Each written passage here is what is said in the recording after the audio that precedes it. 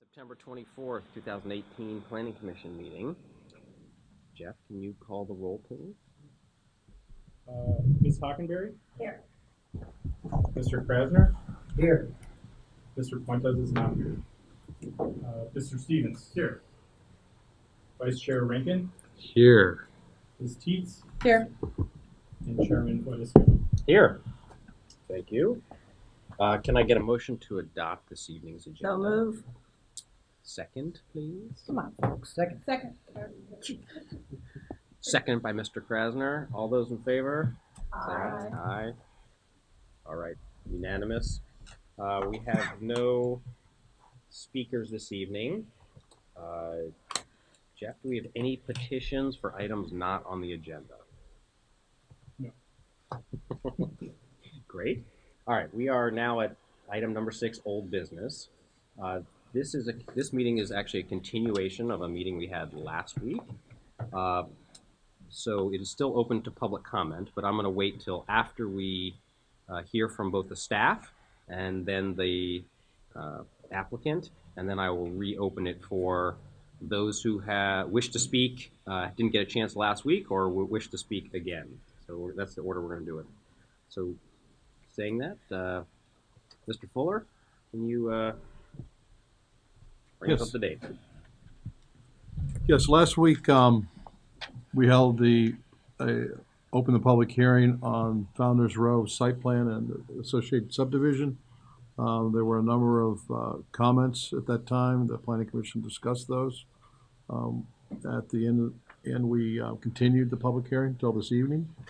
And then on September 17th, some of the highlights of the items that were covered that I know the applicant has looked at during this week and is ready to report on this evening, and staff as well. And so I was going to touch on those. They were covered in the staff report. Some of the items that were identified and discussed in the September 17th public hearing was the tower feature on the building on Northwest Street. There was a question about the tower and the height, the logo, and associated issues with that. Discussion was primarily about the height, the 4 versus 5 stories over 1, the logo, the purpose, the view from the community, and the promises that were made at the time of the special exception where the upper story was removed on the frontage areas of the residential building along Northwest Street. Secondly, there was the shuttle bus route, and there was a suggestion to restrict the route of the shuttle bus going to the metro station on Grove Avenue and Highland Streets. And then thirdly, the community meeting schedule, there was a request to provide a tentative schedule on those. Fourth, the bike racks, the location number of bike racks and the details of those was requested. And fifth, the commercial space, the ASHRAE standards consideration was requested looking at the 2013 regulations that are to be adopted soon versus the current ones that they have, which are the 2010 version. Six, the construction phasing traffic management plan. There was a request for a briefing on that to the commission. And 7, there was several other items that were mentioned by the Planning Commission and the public that were discussed, and so the applicant will be touching on those as well. So the staff looked at a couple of these main items. The tower feature, we looked at the architectural details because we do have building plans in, so we were able to look at those. And the tower is a 2-sided parapet, and it's not a 4-sided, and it doesn't have usable space in it. The purpose of the feature was to provide a location for the project logo, and the applicant indicated there wouldn't be any kind of symbol of a person or lighting on it, that it would be initials. And that would serve as an identification sign for those driving down Northwest Street and so forth, approaching the project. The original Mason Row special exception approved in 2016, the architectural elevations were modified to reduce the height all along Northwest Street from 5/1 to 4/1 of the residential structures over the commercial. architectural elevation was dated December 16th on that. Also then looked at subsequently the Founders Row Special Exception Amendment, elevation associated with that. The tower feature was included as a feature in response to project need to have some identification and other kinds of visibility to the project. And it was included in the application for the Special Exception Amendment, which was primarily to swap out the intended hotel use for the age-restricted. The tower feature was included in the Special Exception Amendment approved by the council on August 13th. Secondly, the shuttle bus, there's a voluntary concession 14 that Transportation Demand Management Plan provides for shuttle service for the West Falls Church Metro Station, but it didn't indicate any particular routing restrictions in the 14, the requirement for the plan. The plan itself did, and that's part of the approval of the site plan. So there is a restriction as part of this approval tonight to restrict the shuttle bus from using Grove Avenue, and that's part of the TDM plan. On the community meetings, there is a voluntary concession on that, which is VC 21, and there's a liaison that's established as well, and they've agreed to at least quarterly meetings, and so they'll discuss that further tonight. I'll just make a note, if there's any commitments from the developer tonight that are new or changes, then we should capture them in any motion to go along with the conditions that we've already laid out in the staff report. So, at the previous meeting on the 17th, there were a number of public comments. We have received in the interim this week, most recently today, 20 correspondents representing 35 residents. They've been packaged and provided to you this evening. Most of them came in today. The ones that we had at the time of the staff report were included in that. The comments that were received were primarily concerned about the tower feature proposed on Northwest Street, height of that, the visibility of that, the logo, and the fact that the previous SE, the original one in 2016, had removed the upper story, and that this additional 11 feet in terms of a tower feature was being put back in. There was other comments in the correspondence, as you can see, regard to the deferred, at this point, the Grove Avenue crossing and other various issues. In the request tonight, the Planning Commission is to approve the site plan and subdivision as outlined and with the conditions as outlined in the staff report. That's the presentation from the staff tonight. I'll turn that over to the developer. Thank you. Thank you very much, Mr. Muffler. Absolutely. The floor is yours. Thank you once again for having us here tonight. I will be fairly brief in my comments. I think Mr. Fuller did a great job of summarizing the outstanding topics from last week. As always, I'm happy to share additional slides and additional information as requested, but with that, I will just get forward into the updates since last week's hearing. Just a reminder of our schedule. That's where I want to touch base on first is schedule and construction management, as that is of most immediate concern to the city once we were to begin. So here's the projected community meeting schedule. Now, this is obviously subject to approval of site plan, approval of our construction management plan, and then the assumptions of terms of purchasing land, starting construction here next month. But the ideal scenario would be that we would have a kickoff community meeting in early November, if everything goes according to plan, early November, or essentially shortly after we have closed on the land and we have our management plan in place. From there on, we would like to have one early 2019. I have projected February, and every 3 months, so every quarter thereafter. The reality is, some months might be, we'll have it every 2 months, and then a 4-month one, really depending on one, community response, and two, kind of what's going on with the construction phase. So if we're going to be changing a major construction phase, and it's happening 2 months after the first meeting, then we'll go ahead and change it to make sure that we're giving the neighborhood and all the citizens the latest and greatest plans as they evolve. So again, this is not written in stone, but I do want to indicate that we will be doing our best to meet with the city as at least every 3 months. Do you have a plan or just a normal course of action, how you advertise those meetings? Is this something just for the community? Sure. You send out emails, or it's something you advertise in?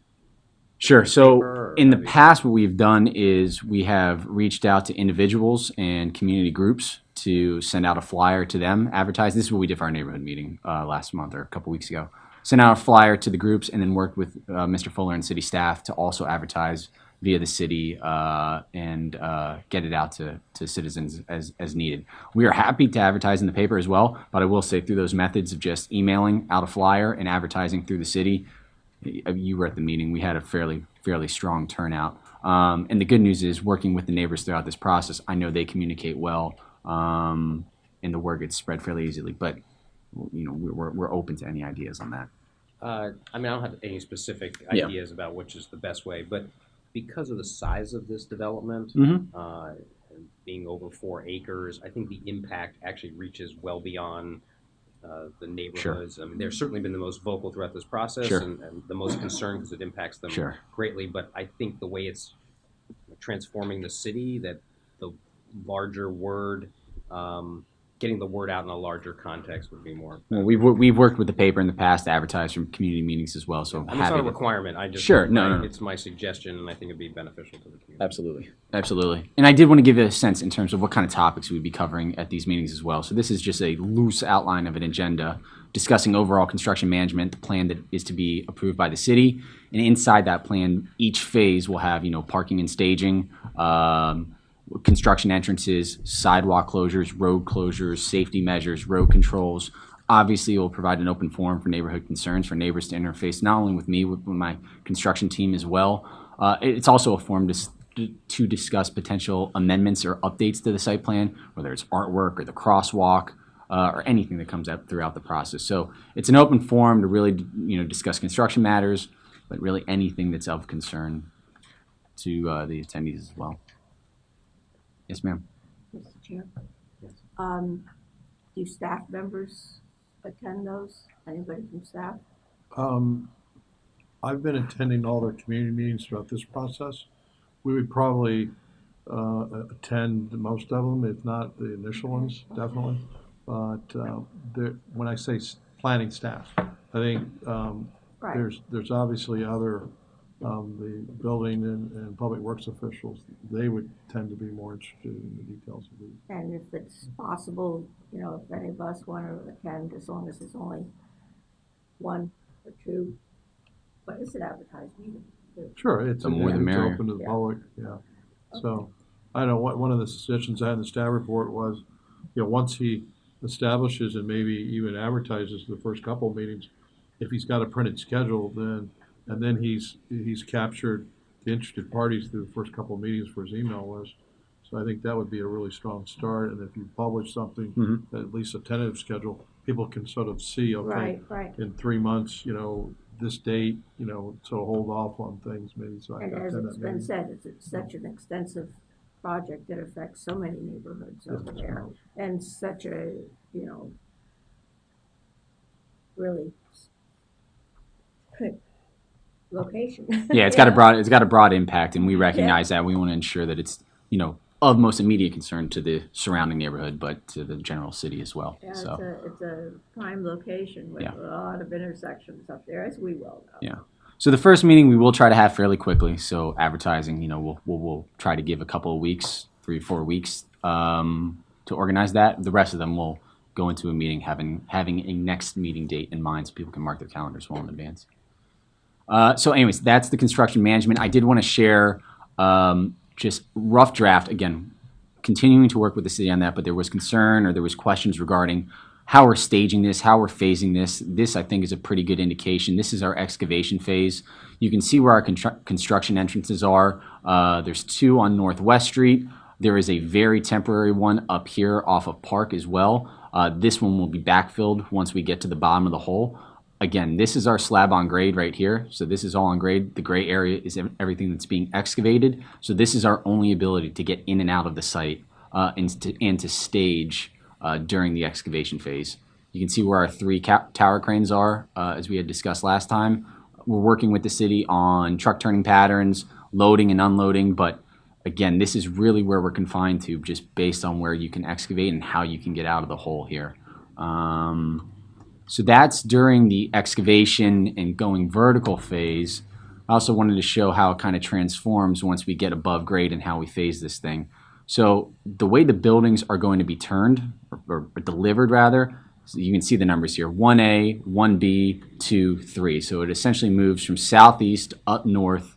Then we'll turn over the age-restricted building and complete it with this, what we're calling the triangle building here. Where those construction entrances are, so where this construction entrance is here is essentially, actually, am I doing that right? Or is this? Yes. Yeah, so it's slightly in between these two is where Founders Avenue will eventually be, and that's what we'll be using for the construction, staging, and entrances once that roadway is built. Yes, ma'am? I presume that you've done some soil testing, but it's gotta be really nasty soil up there. We've done extensive environmental and geotechnical Oil. testing. There is oil Use. there is oil contamination on the site. Yes. So Lots of hauling. well, yeah, the hauling is the hauling. Where it goes afterwards is the basis of the contamination. The contamination isn't going to slow up our process necessarily. It's just far more expensive to get rid of the soil. Right. So, but we've taken that into account. That wouldn't impact this plan one way or the other. But I did want to share, again, continuing to work with the city, continuing to work on how to stage this, how to park it, etc. But this is what we have shared with staff and with the police chief as well. Can you go back to the other phasing? So on this one, Yes. is the plan to turn over like access to the site and to the public all at once in one total phase, or you're gonna, as a building is completed, you're gonna organize access so that you can begin generating revenue on individual So, per the city's code, in order to gain occupancy, one of the requirements of core and shell essentially is to have the surrounding site finished as well. So in order to occupy any of this, we're going to have Founders Row and the surrounding areas complete as well. So once we're vertical, we've got the skin on the building, then you're inside doing unit finishes. Yep. These and the site, these unit finishes and this site will all be done at the same time. So then it's about finishing the rest of these spaces, finishing the retail. But we're essentially, in order to occupy this unit right here, we're going to have the garage finished, the surrounding site finished, and all the core elements finished as well. Did you happen to find if the co-branch or any of the stream beds go underneath? There is a water table that's underneath. It's a pretty high water table Yeah. as well. So we are going to have to do extensive dewatering. Yeah. So I guess I got a technical answer to what I want to understand as a simple question. Sure. It looks like you certainly need more elements than just the building. Sure. But is any of the certificate of occupancy, or is the certificate of occupancy going to be provided in any phases at all, or you think the full 4.2 acre or 4.9 acres is going to be? We will have a phased occupancy of the Phased project. So there okay. will be temporary certificates of occupancy. In order to gain those, though, if you're talking about the site being open to the public, the Market Square might not be finished and open to the public, but the roadways will, the garage will be, the Market Square might need to be as This will well. be open. The area 1A is what you're targeting to open first. Yeah. You'll continue construction at the site at the same time. Correct. And then you're going to go to. Yeah. 1A and 1B, when we say 1A and 1B, those are probably all coming online at the same time, if we're being honest. There might be a month lag between the two, but we're going to have City Works and the movie theater, which is right here, are going to be under construction. Those will be like the first things that are delivered to first retail spaces delivered, along with the residential units that are in this phase as well.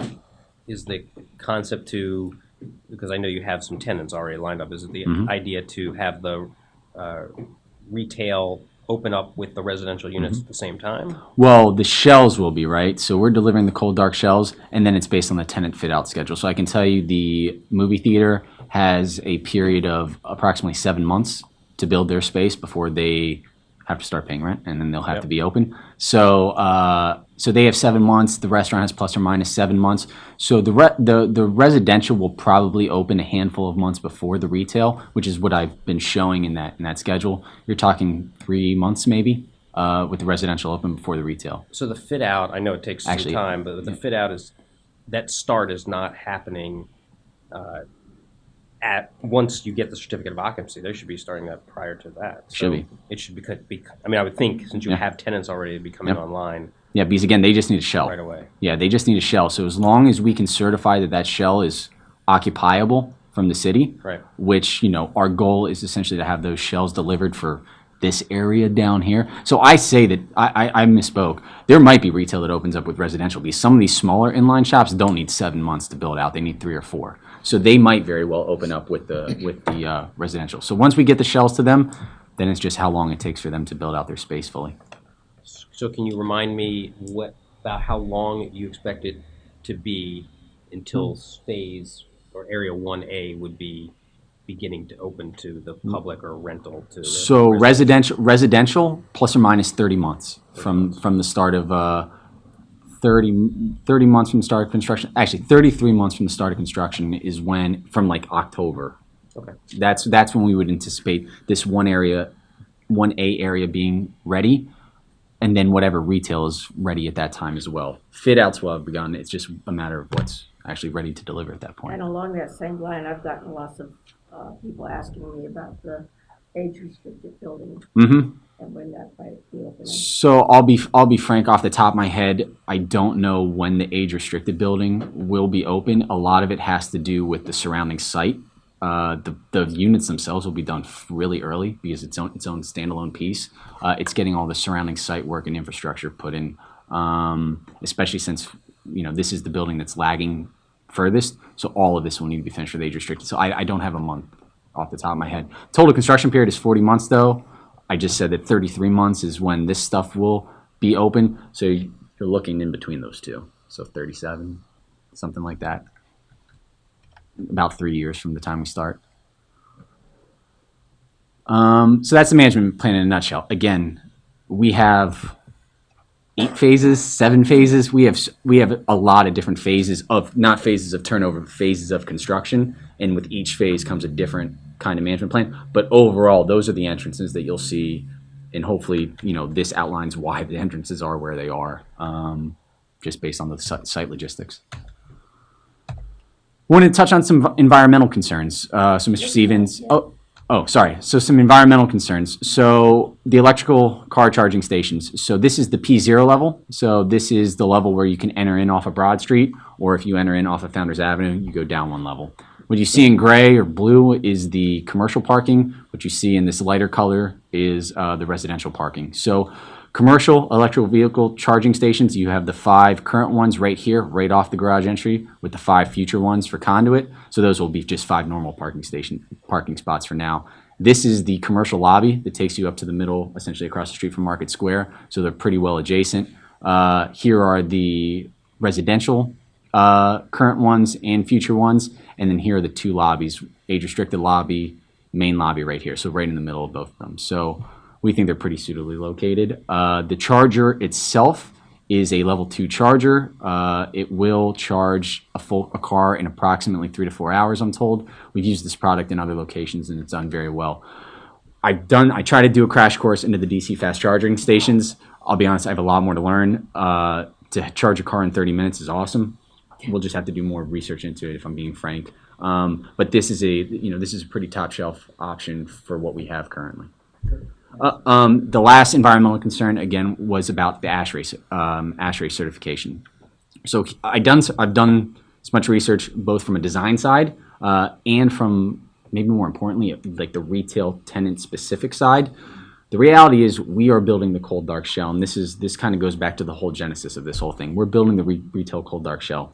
ASHRAE requires you to put in a certain amount of systems in place, and the ASHRAE certification requires that our work, we're putting a higher level of insulation, we're doing various things that would go above and beyond the building standard. But beyond that, it's incumbent on the tenant to build out the space.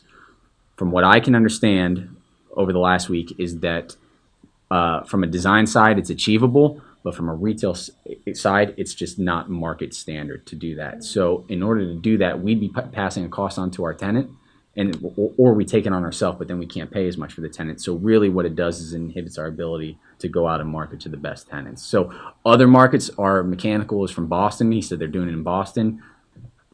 We're just not seeing it around here right now. So I'm not comfortable committing to an ASHRAE 2013 just because I do worry about its ability to attract the best tenants for the space, our financial ability to attract them, if I'm being frank.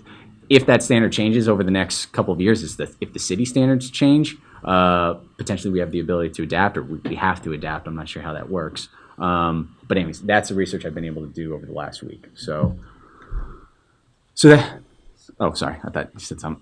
So that's the environmental. Then there was questions about biking. So Antoinette was actually just showing me this. So we were required to provide 195 biking spaces, internal and outside the project. We're providing 212. Here are the locations. So this is this is the level 1 entry. So this is off of Founders Avenue. So essentially, one of the main entries into the garage. What's circled in blue is indoor commercial bike storage. So this is what the public can use as an indoor secure storage area. What you see in red is all of our residential bike parking. So that's what's internal to the project. External, I couldn't copy and paste it, but if you look at our landscape plan, you will see bike stations parked. So this is West Broad Street. I think this is the entrance to the garage on Broad Street. You can see the bike racks that are throughout the project. I believe there's 9 or 10 of them, not including the bike share station as well. And some of them have 2, some of them have 3, as you can see. So outdoor biking around the project and internal to the project in Market Square. Internal inside the building, it's right there off of the garage entry, 212 total spaces, not including the bike share. Are these just like loops, U-shaped racks here? It's the city standard, so I don't know what that. They're the new not I don't know what they're called, the post with the circle. It's the new bike rack in the streetscape standards. Yeah. You don't like those, do you? I don't. Just following the rules. That is the rules. All right, and then last but not least, we have the tower on Park in Northwest. Just as kind of an evolution of how this came about. Again, we were encouraged by a lot of people to identify this project as much as possible. Can you name any of those? A lot of people. Huh? I'm just curious who those people are because I've They've heard come up to us in meetings. But just like public, just the public. I'm just curious. And there were individuals that were, in positions that asked us to identify this project. The only reason I ask is it's written here a few times that the tower feature was added in response to comments to identify the location, and I don't know who those comments were from. I received them from members of various boards and councils and commissions that we discussed when we were going around over these last couple months, or even before that. But anyways. So identify the project, and then also architecturally, we were encouraged to create elements that broke up the facade, that created cornice work, et cetera, et cetera. However, understanding where the public is coming from at this stage, we really want to make sure we're being as good of neighbors as possible. So this was 11 feet up. We are removing the logo. It is decreased by 6 feet in height. It is 5 feet above the normal, but again, you can see architecturally, we're just trying to create an element, trying to balance all of the feedback that we've received to create an element that is in conjunction with the rest of the project and offsets it so that's not just one facade there all the way along. So again, prior it was 11 feet above, now it's 5 feet above, and more importantly, I think no logo, so it just isn't as... Those old white men. It isn't as, no faces. Here it is from coming down Northwest Street. Here it is now. So I think it's much less obvious while still creating an architectural detail that we feel is important just to create that facade. You still have some kind of pathway in or some kind of a guideway in so that people know that's where the entrance is? So I'll be honest, we haven't figured out how we relocate the signage, where we relocate the signage. I think this is too far back. This is like 90 feet back. So maybe you hang something off the side of the building here. We'll have to look into that. I mean, frankly, we have to look at all. We have a comprehensive signage package that we're submitting to the city. Where we've proposed elsewhere is where we plan on putting signage. But we're going to have to study that and study this facade and see where exactly we want to put that sign and identification on this. I mean, there is a stoplight there. So that is not necessarily the It angle looks as a well. lot better with the, top of the next brick. I'm sorry?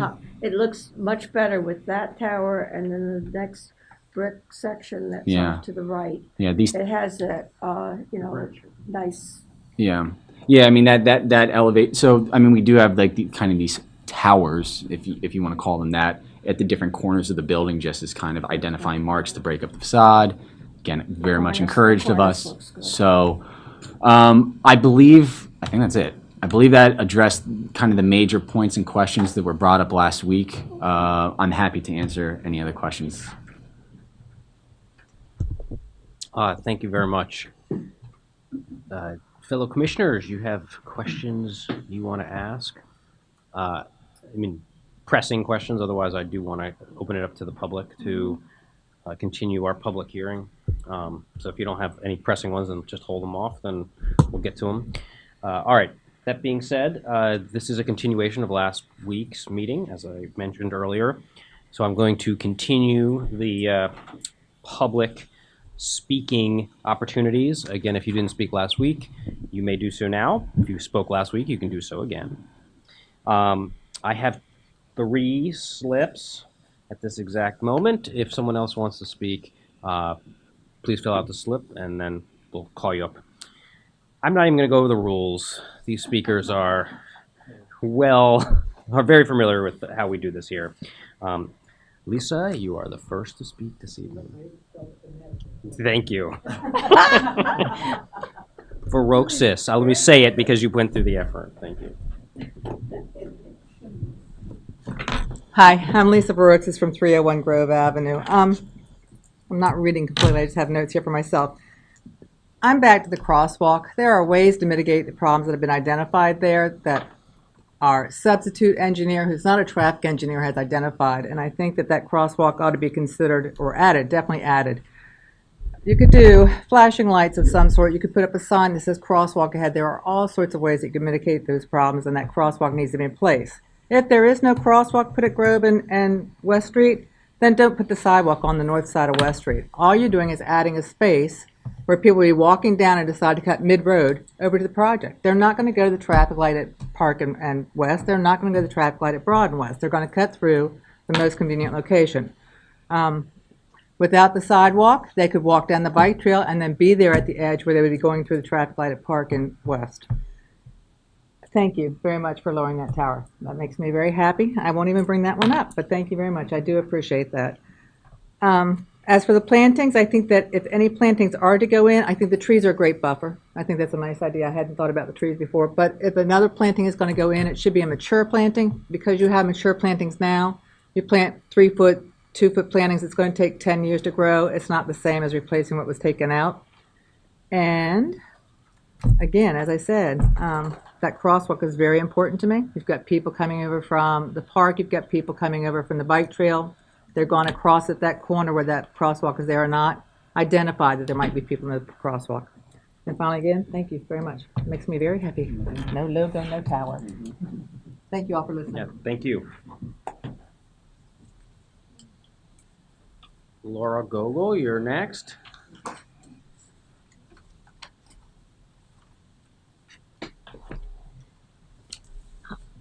Hi, planning commissioners and commissioner and the rest of the commission. Thank you very much for hearing our comments, and I really appreciate all the work you've done to oversee the process and take people's views into account. I also really appreciate the developer hearing from the neighbors about the concern on the height. I think people were really happy to know that we were able to reach a compromise on that issue and come up with something, because I think they were concerned about the height. So that's very appreciated. I will then just continue a couple of the comments from last week and reiterate again that I would hope that the greenscaping and the transition and the work that we can do in terms of providing some more buffering for the neighborhood would be still something that we look at and require some substantial and mature plantings to go in there. I know there was some discussion, I had to leave early last time, about the burning bushes and how large they are, and the replacements that are being suggested are not going to be as large. there was also discussion about whether the sidewalk was really needed and whether the sidewalk was going to help or hurt in terms of safety for people, because having only a 5-foot buffer zone between the sidewalk and the street with such a busy street and so much traffic there isn't maybe enough to really for the drivers to feel safe, that's going to protect pedestrians and other people on that sidewalk part. You know that kids are going to be riding bikes on that area, even though there's a bike path further up. They're going to, it's a lot easier to be on a sidewalk than a bike path potentially. And I just think that I question where we are, I don't know where things ended up on the sidewalk, and whether people really feel the sidewalk is needed, or whether there's a way we don't need the sidewalk because there's really no purpose for it. And that would then mean maybe we could preserve even, a better buffer zone for plantings there. I think those were the two big things that I really was hoping to emphasize, were the height of the tower and the logo and the buffer zone. Thank you. Thank you. Rohini. I didn't mean to sneak in right at the buzzer, but thank you. Rohini Winters, 324 Grove Avenue. Just ask you tonight if you would, before you approve the site plan, put in place a requirement for preparations for a lighted crosswalk warning sign, so that we don't get too far gone where we can't bring power to that side when we realize, oh, we really do need a pedestrian activated lit sign or something to signal to cars that there are pedestrians there. I think not only will people come from Grove and West End Park across, I think lots of your residents will cross over right there through the pedestrian lane. If they're going to play at the spray park, then they're going to go to the park, or they're going to run over to the ATM. I don't know what the banking plan is in the new shopping center, but probably there'll be one or more financial facilities, who knows. But right now, what we know is that there's a pedestrian lane and there's an intersection of Grove and West, and there's an unmarked crosswalk. So if we can at least lay the groundwork for electrical to be able to power a warning sign, I think that would be a smart move on the city's part. And secondly, if you could ask the developer to paint stripe the don't block the box, so that during construction we don't have an increased traffic nightmare. We have a little bit of gridlock. I have some pictures from tonight if anybody wants to see them. At 4:57 p.m. it was blocked. And so it just ties up the traffic flow. The people coming north on West Street couldn't proceed. And I know we're planning to put a left turn lane there, but the left turn lane won't do anything if the box is blocked, which it was tonight. So those things I think need to be put in place right now at site plan approval. And I appreciate the lowering of the height and the removing of the logo. I would like to thank all the citizen neighbors for voicing and speaking up and helping make this better for everybody.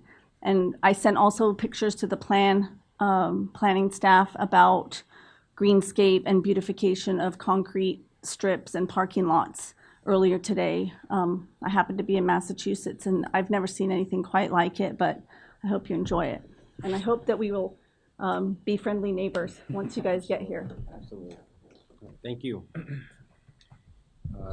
Before I close this to the public, one last opportunity. Anybody want to fill out a slip or say anything? All right. I'm going to close it then to the public and turn it back over to the commissioners to see if you have any other comments or questions you would like to pass on. Or any speeches you'd like to make, songs you'd like to sing. Or scores. I'm just going to go back to our corner building right here, architectural. Mm-hmm. So I take it this is our colors. This is what we're going to get. Those are the colors that we have selected, that we think is the best fit for this project. Yeah. I think the problem for me is that it's now, to me, one of the least attractive parts of the complex. Mm-hmm. Architecturally, the section along Park with the cool townhouses and everything is more attractive. The other buildings a little more attractive. Even the good wall that used to be the prison wall is more attractive. I think, and part of it's this. I was trying to figure out why it seems that way to me. So when you're going down 29 from Route 7 and you're going towards the Tenor building, the Tenor building, the Lincoln, they did their upper level, some of these same colors. And so when you're coming down the hill, it actually works really well in the building because it literally disappears into the sky. So as you're coming down, that building seems to be like 2 stories shorter than it is. So it kind of like blends better with the neighborhood. And so that's what I kind of feel like. I feel like these colors tend to blend into the sky and stuff. So it just seems weird to me that this is the most prominent corner and it's the least memorable. Sure. And I mean, maybe that's on purpose. Maybe you don't, but I just think that's an important corner because of being at West and Broad. But it just seems odd to me that you're coloring it in such a way that it's just not memorable at all. I don't think I'd say, I don't know. It's just that's just my. It also reminds me of the colors used on the back of the Rushmark building where the Harris Teeter is. It's the same thing, and that was done on purpose because they wanted that park out there not to feel like there was a building right on it, so it blends in the back as well. So I just, like I said, architecturally in our city, so anything this color is usually something that's supposed to blend, and I don't think this is supposed to blend. I think this is supposed to be, hey, there's a cool project here. And I think the retail store frontage, I think the signage, I think all of that will help really brighten this facade as well. I think the facade's come a really long way since it was a hotel. The addition of the metal panels will really help on this corner. I don't know. I think the problem is you're not going to see the retail until you're almost up on the building. You're definitely not going to see it from a block away that well. I mean, like I said, if this is what it is, this is what it is, and I'm not going to not vote for a site plan over this architecture, but I'm just not wowed by it. Sure. And I respect it. I think you deliver. It just seems to me that this is a blend. It's just going to blend into things where the other parts of the building are much more attractive, and just. It's odd that this is the corner that's not going to be the most attractive. And I'm sure the retail will look nice when you're up on it, but you're not really going to see it till you're up on the building. I respect that. Yeah, no, thank you. Well, I'm just grateful that we're coming to a close on this project because it's been many meetings, many years. You're and just tired now. It's come so far from where it started out. It was absolutely ridiculous. We came from a Walgreens right across from a Rite Aid. Could we get rid of that Rite Aid building? That is the ugliest thing. But that's beside the point. No, but I just think it's come so far and looking forward to it being built. I think we're going to have a lot of traffic problems up there. Have you talked with the 2 businesses across the street yet? We have, Wells Fargo? Again, I have not. Because I do happen to bank there. So when I have to make that left-hand turn out of there, it's pretty scary anyway. But, for the drive-through there. But I think it's come so far. And I really appreciate all the work that the neighbors have put in on it. And all the work of our staff and everybody, and just we could call it the Oscar Award or something or other like that. But when things are changed or anything that's different, could we be notified? Because we're always being asked, and if we don't know what's going on, so from any things that might be changed along the way or any difficulties or how you're solving a problem, if we could know about it, then that way we can be a communicator of that knowledge, and I certainly appreciate it. But I really think, and Joe, I think when you came on board, you were such a good communicator, and I think you've done a really good job, and certainly all of your group has. Thank you. Anyone else? Mr. Krasner?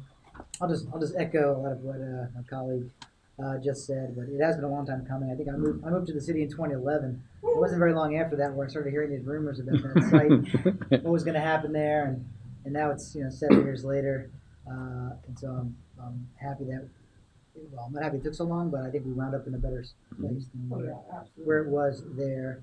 And I think you're right. I think that you need the right team involved, and I think when Mill Creek came on board, that was the type of developer that we needed for a project of this scale and sophistication in the city.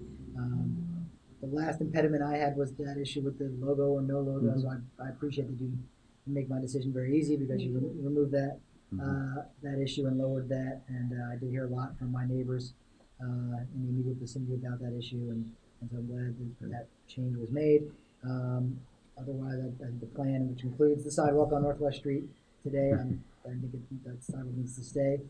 Crosswalk, I think the city will need to continue to work out with our traffic and engineering professionals as far as whether or not the crosswalk ultimately makes it or doesn't. But either way, I think that sidewalk needs to be there for people who are just walking on that side and not going to the project. So I think, yeah. So, but it's in there, and so the way it's on the plan today, I'm going to fully support the plan, and I'm happy to do so. It's been a long time coming, but I think we finally arrived at a good spot. Thanks. Mr. Stevens, do you have anything to add, or?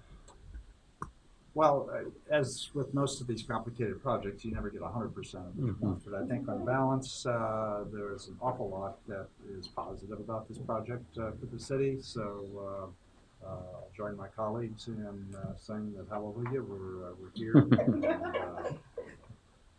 I hope you're successful. Thank you. Thank you. Mr. Rankin? I have one specific question. The requests about street markings for blocking the box and stuff like that seem reasonable. How are whether we try to cram that into the site plan or not, how are those things decided? Who decides them? How can they be implemented? So street marking certainly within the authority of the city manager, and that flows down to the Department of Public Works, who's responsible for maintaining and operating the city streets. The city does have a transportation engineer on staff that would certainly review those kinds of plans. It could be done either as part of a post-development traffic study, or it could be done as a separate improvement.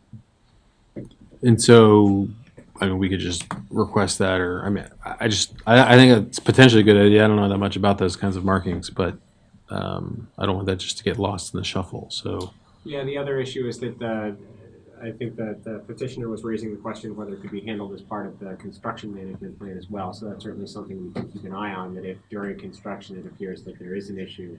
well, I mean, as she pointed out, there's an issue today. I was there earlier today and saw the same thing. So I assume it will not go away when construction starts. So I think we can assume it's an issue. So maybe we get the ball rolling on that kind of before. I don't know if there's a way to study anything. We could just, and again, someone looks at it and says, well, it's hard to figure out how to put that down here. And so I don't know, but I personally would love to see us, in the same way we'd look into those things anywhere in town, look at it there.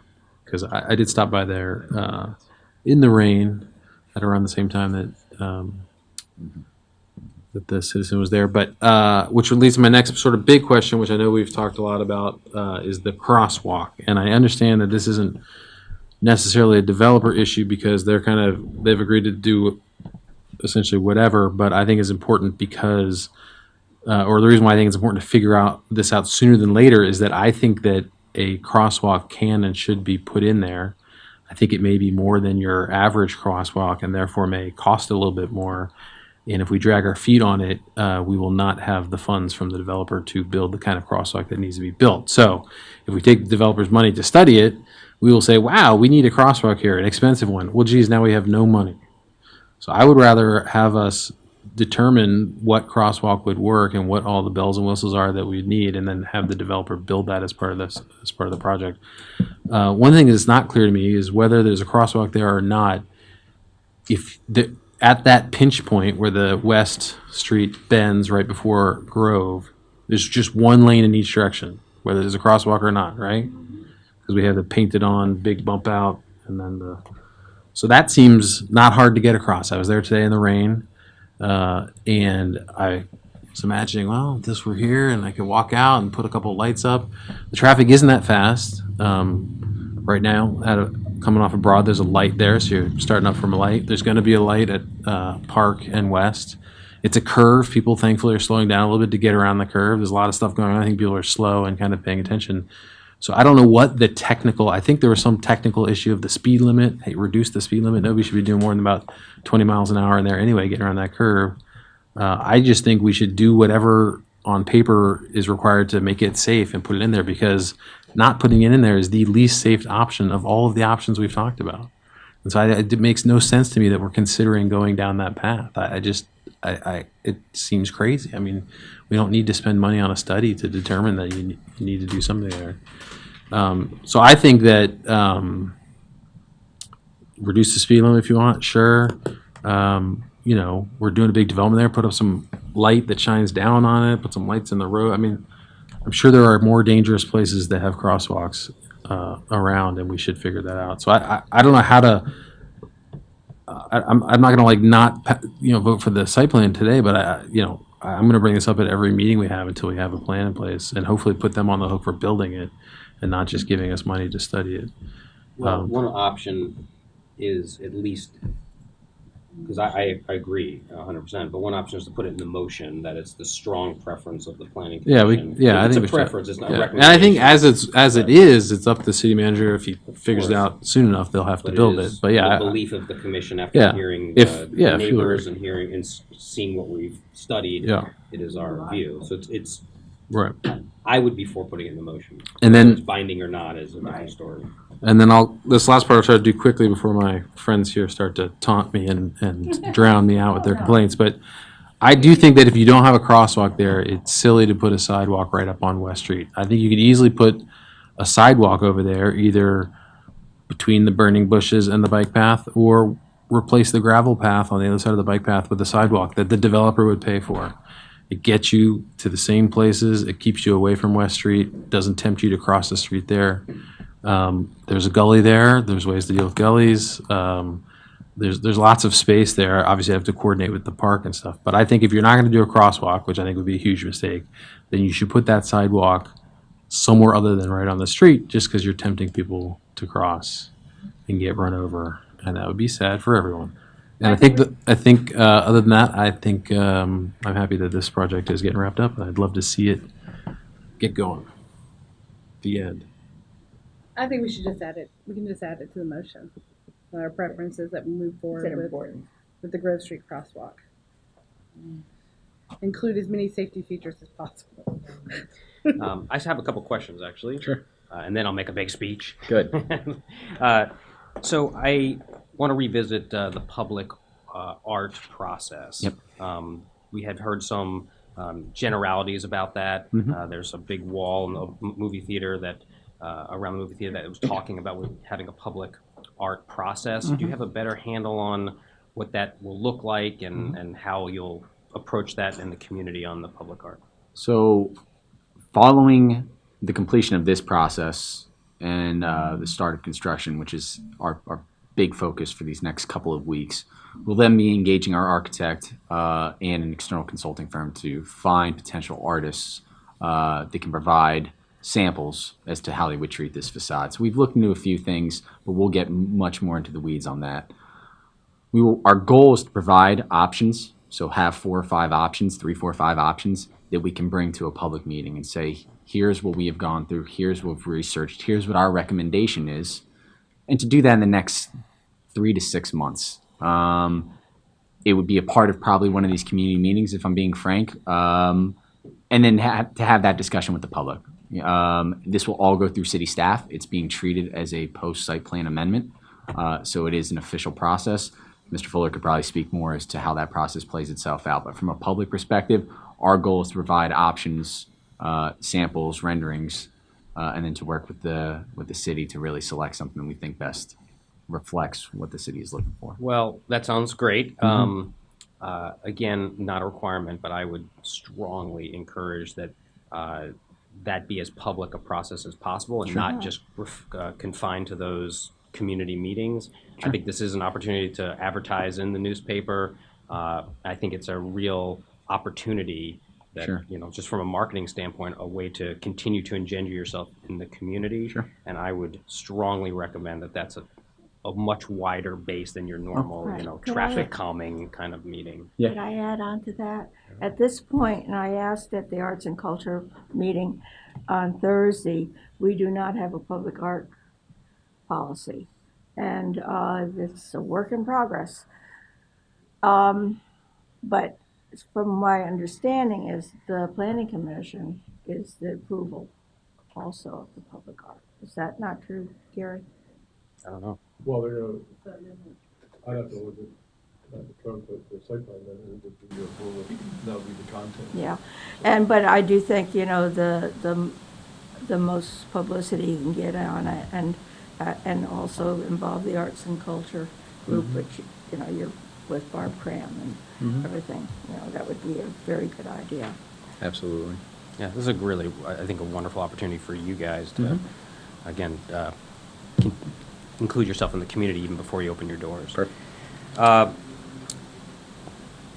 You talked about this evening, you haven't put together your sign package yet. Is there a chance that we would see a logo or something different, let's say on West and Broad? I mean, if there's any sort of sign package surprises that would coming our way that like the logo on the tower? No, the major signage is as it is shown here. The design of those signs is not what you're seeing here. I don't know what they're similar to that, but you have a blade sign where there's a blade sign, you have a logo where there's a logo. But that signage package is also going to include, like parking signs, wayfinding signs, monument sign inside the building that's got the store directory, all that kind of stuff. So we've got to put all that together. But no, you're not going to find a logo, I don't know, facing Grove Avenue out of nowhere all of a sudden. That will not be part. I don't even think that could get through since it's not in the site plan.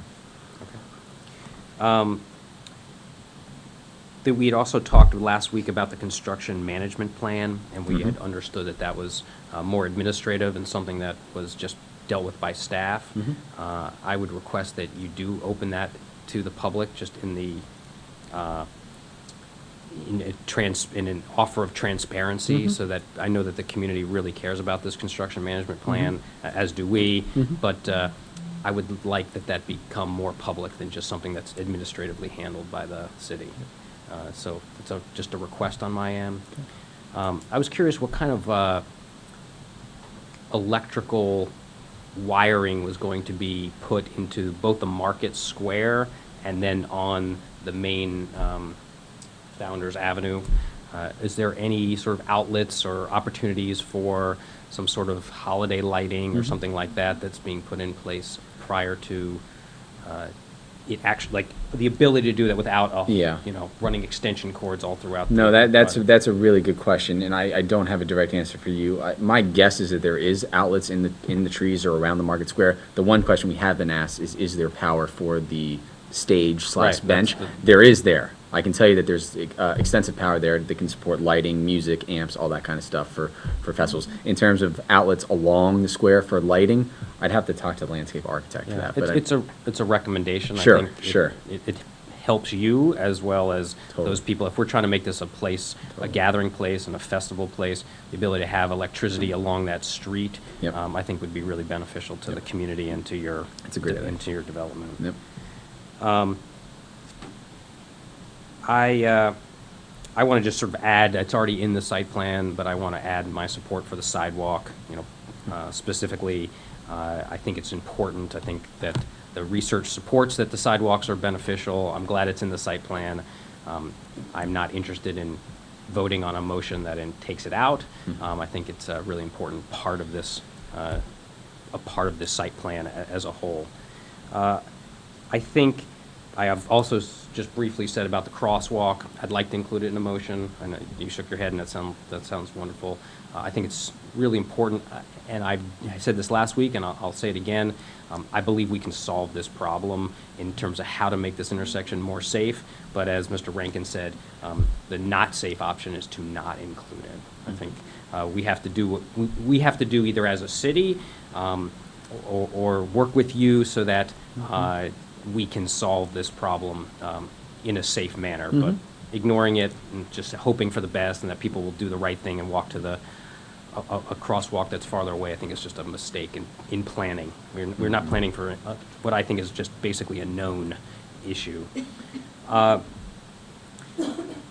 do you have any comments about putting in lighting for this crosswalk, because I do think it's going to have a unique solution that, again, might require some, this is what one of the, Mrs. Winter said this evening. Yeah, and I think when we've talked about this crosswalk, we have talked, what's it called, the hawk lighting system or hawk lighting, I yeah. think the Hawk's different. That's like the, Okay. yeah. We had But- talked about a lighting system with this. The pedestrian activated one, similar to the one at behind here. That's what it was. Yeah. So we have talked about that. I mean, the reality is we got to study it holistically. So to make a commitment to something specific, we got to study it holistically. Our plan is similar to the ART, to begin that process right after construction start, to begin engaging with the city and our engineers and their engineers to figure this thing out. And if it can be done, and it can be done safely, whether that's with lights or whatever, it's our commitment to go through with that. So but that's a conversation that needs to be had, I think, with the city, with the engineers, and we'll work on it.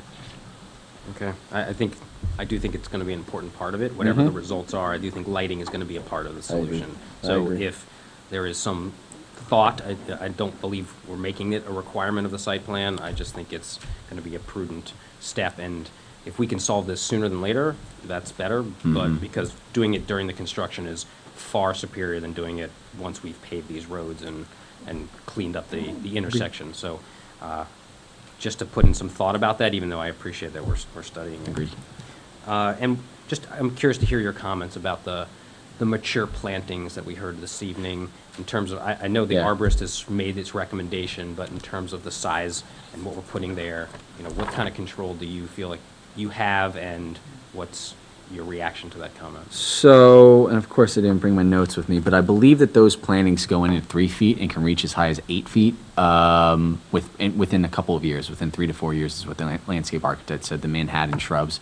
I think that's a fairly sizable. I don't even know how it would work to plant the full sized shrub in there from the get go, but that's I think within 2 years of delivering, 3 years of delivering, you've got that 8-foot shrub with pruning. It's down to like 5 feet. So that's our recommendation. That's what the city's recommended. Again, we've had the burning bush in there. We've been Right, no, asked to I understand. remove So that the burning bush. recommendation is based on the city arborist. Correct. So if the city arborist has, changes their mind because of comments from the public or additional input, you are open to making a change to the Yes. landscaping? Yes. Okay. Typically on The species constructions, was a lead comment, too. maybe not? Oh, it was. Sorry, I think the species was also a lead comment because of the invasive planting, like. Oh, the there was just a NGBS concern. comment? Yeah. Okay. Yeah. Okay, Or I sorry, think not lead. I lead. think it really stemmed from the arborist, though. I mean, that was when the change was, when we were told. So what I'm trying to change. establish is Yeah. your flexibility. We are flexible. But it is coming from other sources. We are flexible. Okay. You want to comment on the? Well, I just planting? want to say, I think no matter what the planting is, Yeah. the standard size for a shrub is about 3 feet. You don't really put a full-size shrub in there because it's hard to get it to, it's hard to Adapt ta- it, adapt grow. it. You have to, 3 feet's about what you get no matter what we plant. start with. But what caliper tree are you guys going to put in? You know that?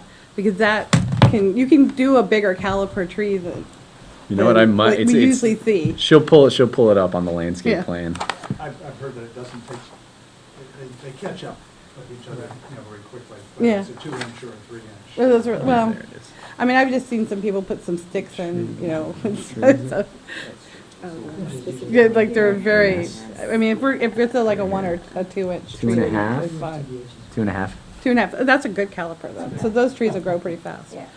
So in your construction phasing, Uh-huh. typically site work is the last item, and the landscaping. Mm-hmm. Since this is on the other side of the street, is it envisioned that this would also happen last? Or is this something, since we're waiting for some years for it to develop and you're doing construction and Mm-hmm. it's sort of separate from the project in many ways, is there a way to phase this in a way that you can plant those and give it time to grow while construction is occurring? It's a good idea, and I don't want to speak out of turn. I can tell you that the work that's over there on the trail and the utilities is the first thing we're doing. So it's possible that the plantings could go in early and develop as we're doing the Possible. construction? Possible. I'd have to talk to landscape architect. I'd have to talk to the construction crew to figure out how that's phasing. But that work is being done at the very beginning of the project. It would be great if Sure. we could get the growing beginning Sure. sooner than later, so. I will make a note to ask about that Okay. and talk about it at our community meeting. All right, well, you answered all my questions. let me say I'm really excited about this project. We have come, I echo again some of these comments here, we've come a really long way on this. It's been a long time. I think this project has the opportunity to revitalize this area, rejuvenate it.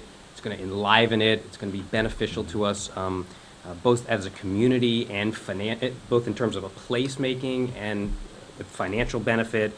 I think it's going to, the retail is going to be stimulating and really bring Falls Church together in a central location with a movie theater that I think will be beneficial and the citizens will enjoy. I think the senior housing, and we talked about this on many earlier meetings, but Mr. Krasner mentioned this before, that he was initially against the senior housing, but sort of turned the corner on it as he thought more about it. I agree with that. I was definitely pro-hotel in the beginning, but have come around to thinking that this is going to be beneficial for our community and the type of housing that we desperately need. So I'm pleased the way this has come around. I think the architecture has made vast improvements.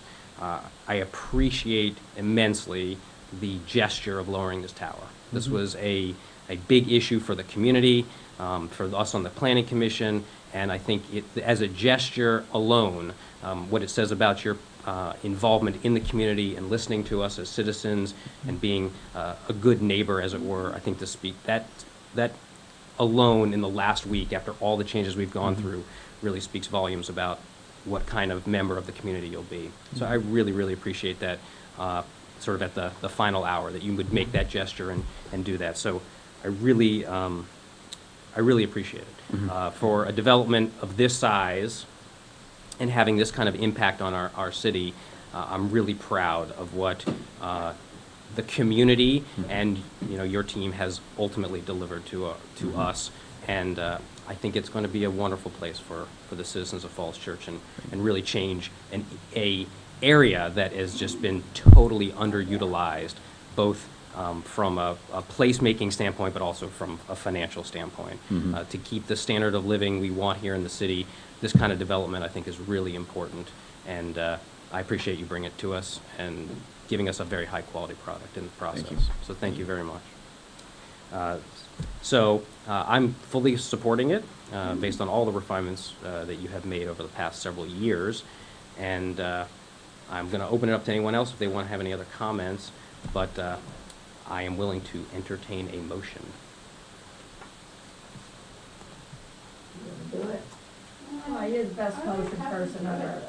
There's a lot to read this. I know, but you do it such a good job, doesn't else want to do she? the motion? Do you need the whereas and stuff? No, I have it all on here, but, I mean, it's what's in our staff. Right. Yeah, no, I have it all, but.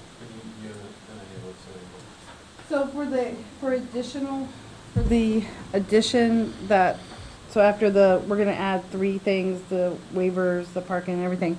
So, we wanna add that the planning commission's preference is to put in the Grove Street crosswalk, including as many safety features as possible before the, project is completed. Does it sound right? Yeah. What's the word you want to use? Preference? Our preference. Or we highly suggest? Can we recommend? Recommend, okay. Yeah, make it strong. Because the way it's written in here, it's the city manager's call, essentially, right? Okay. I think someone had used the word preference at one point. I just wrote a note based on it, so that's why I had it. Recommends. And this is 2 motions also, right? We have one for subdivision and one for the site plan. That's correct. Right. That's correct. Be constructed. Before we make the motion, is there any other items, let me ask staff, that we need to include in this motion? You had said that if we had other issues, we should add them. Based on this conversation tonight, are there elements that you heard that we should include in our motion? Yeah, I would say the tower feature change as described by the applicant. Right. So the tower feature change is described by the applicant, which limits the height to 5 feet. Is that 5 feet approximately. Yeah, it's 5 feet above the window line, I guess. Yeah. Is it exactly 5 feet, or should we say approximately 5 Say feet? approximately. From I don't know from the, the I don't know the proposed decimals. line. Some poor architect is like, this has to be exactly I know, right? Approximate. I don't know the decimals. So is that, so reduction of the tower at Weston I Park was gonna by say, you can tell 'em the approximately sheet it's on. 5 feet? It's not a reduction of 5 feet, it's Yeah, 5 feet above the we reduced it window by 6 line. feet. So Is that- oh, that's what we're reduction saying? of approximately 6 Reduced to feet. 5 feet from 11, you can do, and then remove the logo. I don't know if you want, The word approximately. yeah, I was Well, I gonna had gonna that- say, I don't know if they want to Wait a minute, identify wait. the So exact what I have is elevation. reduction of the Doesn't say- it tower can say elevation. at Weston Park by approximately 5 feet above the elevation window? two Is that on what sheet we're Well, it's saying? being reduced approximately 6 feet. 6 The feet. result is 5 feet above some window line. I mean, Well, above should the we window line? just, could we just say, you could say reduction from 11 feet, what- an approximately 6-foot reduction. Approximately 5. Or yeah, whatever, I don't. okay. 5-foot parapet. And the removal of the To logo. approximately Anything 5 else? feet. And, So, and removal of the logo. reduction of the tower at Weston Park from 11 feet to approximately 5 feet. With the And removal. removal Of the logo. of the logo or any creepy guy, okay. Or any artistic feature, I don't know, okay.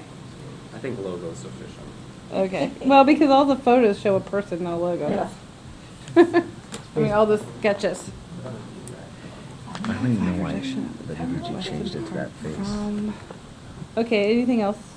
I don't know why they did, I don't know why they did that. Approximately 5. Now, we also recommended that the construction management plan be open to the public, Yeah, so I'd like that. and that the public art components also be open to the public and involve appropriate art-focused organizations within the city. So you're saying the construction management plan meeting be open to the public? I mean, it's already, or You could say the process. The process. process? And let me say, that was Mr.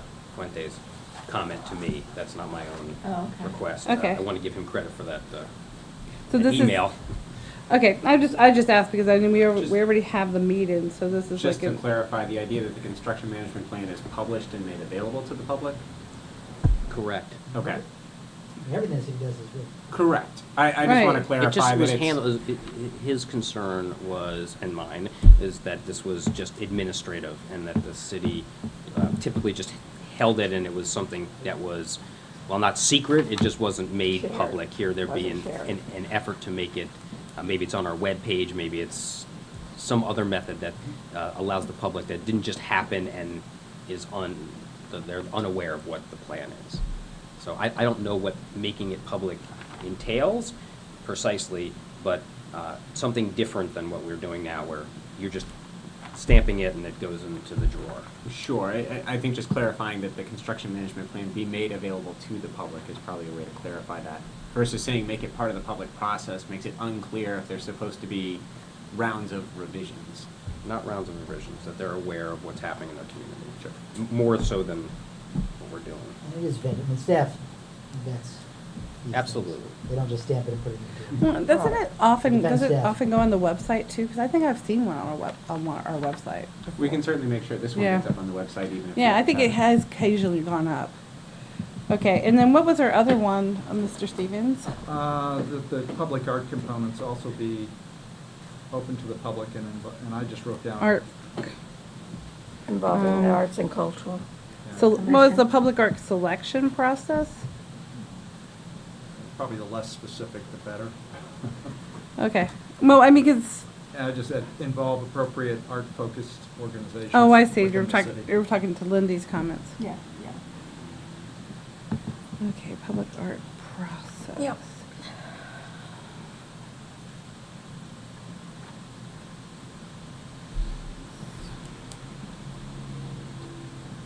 Just for your information, I did look it up in the city charter. The planning commission has broad authorities when it comes to urban design. Now, in this case, as Mr. Fuller mentioned, this is a site plan amendment, so that's fully within the planning commission's purview, and you all could specifically request that it be referred out to specific boards and Right. commissions. But when it comes to other things, just to lighten the mood, you all are supposed to provide recommendations to council on things such as the design of bridges, viaducts, airports, stadia, arenas, swimming pools, street fixtures, and other public structures and appurtenances. Only we had a swimming pool. Now Or enough stadiums to have stadia. But you know what? We talked about the Van Buren Bridge, but we didn't get Yes. we No, didn't we get to didn't look at the approve that. actual final Yeah. design. Yeah, And it could have been prettier. That sounds like a scandal. Constitutional crisis. and let's hope we don't have a swimming pool when you get into All that right, well, water then our recommendation table. here is appropriate on the crosswalk. Okay, this is going to be 3 minutes or so. Let's see how this goes. Are there any elements here that, like, where we made specific adjustments that you think are problematic? No, we're on this? on the same page as you guys.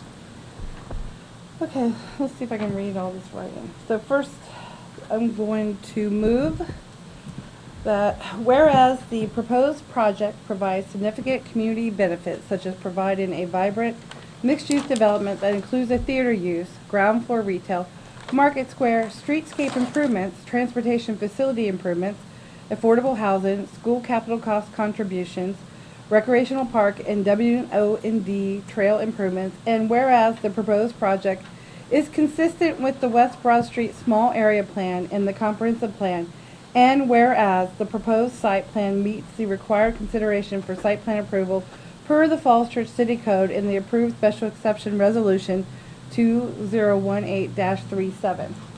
Now, therefore, I move that the Planning Commission approve site plan application number 2013-1165 to permit the construction of a mixed-use development contingent upon administrative staff approval of any pending issues specified in the staff Items, report. pending items. Pending items specified in the staff report under the technical review section and with the requested landscape waivers, parking reduction modification, and the recommended conditions. 1.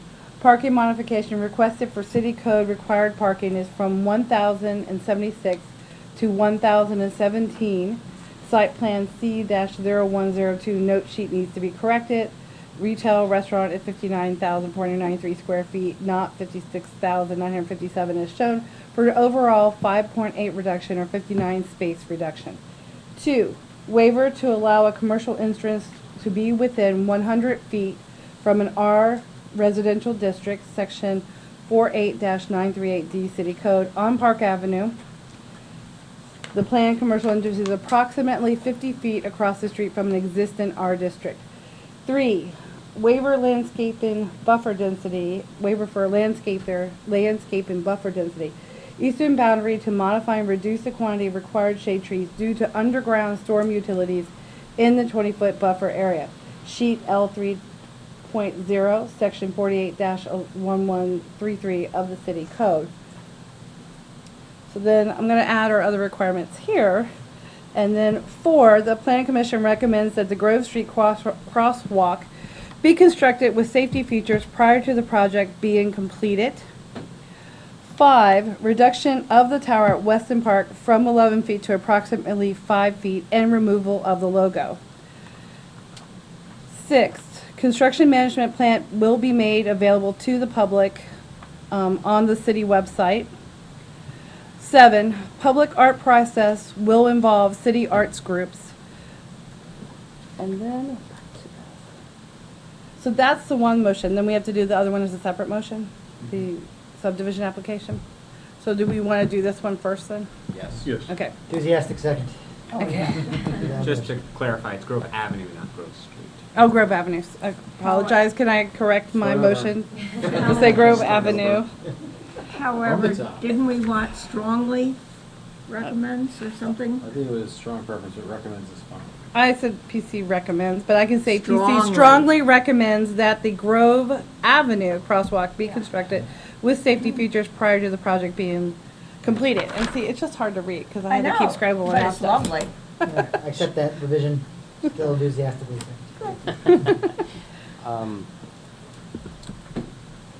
Paul, in terms of putting that construction management plan on the website, is that acceptable in terms of how you plan on doing it? It's not, Yeah, it's that not should be problematic? If it's too long, we'll figure something out. Any other comments on this motion? Okay, wonderful. Can can you take a roll call vote on that, please? Ms. Hockenberry. Yes. Mr. Presner. Yes. Mr. Fuentes is absent. Mr. Stevens. Yes. Mr. Rankin. Yes. Ms. Teets. Yes. And Chairman Wood is here. Yes. Motion passes 6-0. Wonderful. And for the record, though, it does not count in the voting. Mr. Fuentes said he also supports this. Yeah. It's still 6-0, but he indicated he would have support. As long as you remove that logo. Yeah, that's right. Okay, wonderful. Congratulations. I know. I'll do. Here, hand that. All right. I will move that the planning commission approves subdivision application 2013-1165 for Founder's Road to consolidate the existing 12 lots into one located at the northeast corner of 110, 112, 112A, 212, and 212A Northwest Street, and 916, 920, 922, 924, 926, 928, 930, 932, and 934 West Broad Street, and 919, 921, and 925 Park Avenue. These are also identified as real property code numbers 51-202-009 through 51-202-015, 51-202-003, 51-202-004, 51-202-005, 51-202-028, and 51-202-028 outlot, known as Founder's Row, contingent upon administrative staff approval of any pending items specified in the staff report under the technical review section. Right, those were all purely technical issues on the site plan. I don't need to read those. No, you've cited I'm not it. going to read Okay, second. Any discussion on this motion? Subdividing 12 lots into one is a good thing, in this case. Yes. In the heart of our commercial. And all the curb cuts. Yes, Yeah. Agreed. very much a good thing. It's what the comp plan calls for. Gotcha.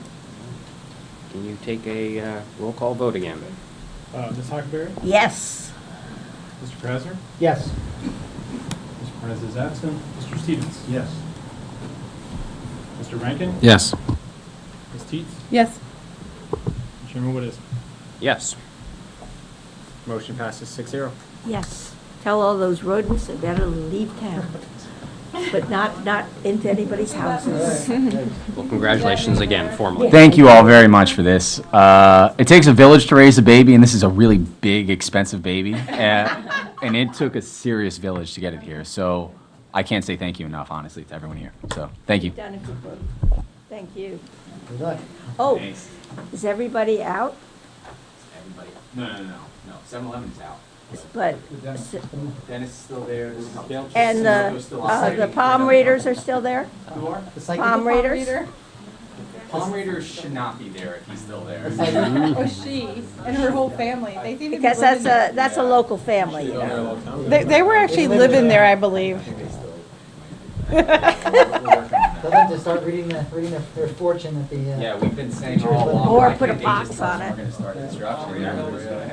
Seeing the psychics leading. Oh, God, when that family, used to live across the street Yeah. by Spring Street. No, yeah. And a house over there. Yeah. Can I send Yeah, it to the you file. instead? Yeah, Perfect. the Just be there. Grandmother That's why used to, you when she stuck was her still down. alive, She can't read used to this. walk You around can't town even with a big shawl and a bottle underneath. Oh, yeah. And then I got the Yeah, I mean, I know. privilege of teaching Yeah, I'll gypsies. type them and send them to you. You can't read this because I think Dumb as a you're brick. drawing out Yeah. stuff. Too much Okay, information. thank you. I appreciate it. Anything else on the agenda? I can't believe you're making you do Just, minutes. we're almost done. We're almost done. I'm just waiting for the excitement to die down here for a second. Yeah, that's More since all. last week. All right. Just We're the busy language. people. It's the little city. All right. It's not the little suburb. Paul always wants to talk to us more. All right. We right. like talking to Paul. Good work, everybody. There is no new business, no other business. We are not approving minutes.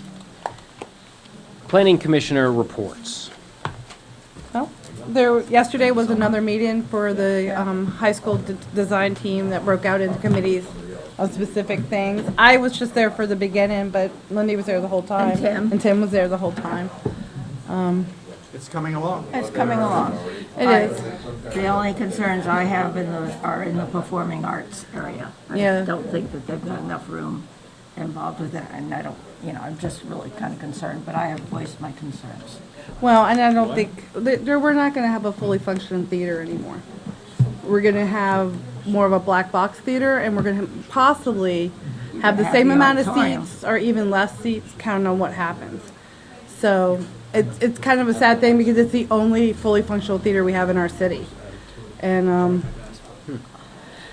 but it's to me, it's a little bit unbalanced because that theater supports multiple academic programs. Yeah. IB Art, IB because that's Music, IB Music, IB Theater, also the regular classes. And at the same time, I mean, I don't want to get in a big fight with the athletic people, but a lot of the space on those first 2 floors is going to athletics. And the bulk of the property at that site will be Right. athletic fields. And those are extracurricular activities. So we are lessening our support for performing arts and we're increasing the amount of room the extracurriculars are getting. And the cause of the pushback on that? Space.